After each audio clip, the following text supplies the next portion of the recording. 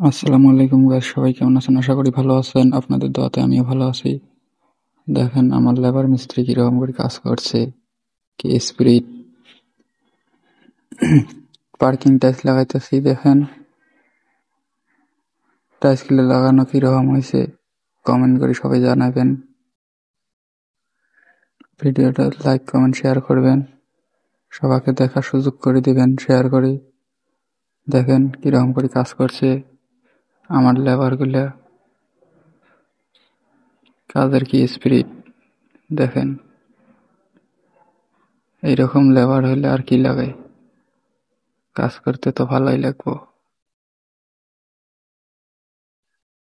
দেখেন কিরকম করে কাজ করছে আমার লেবার মিস্ত্রি।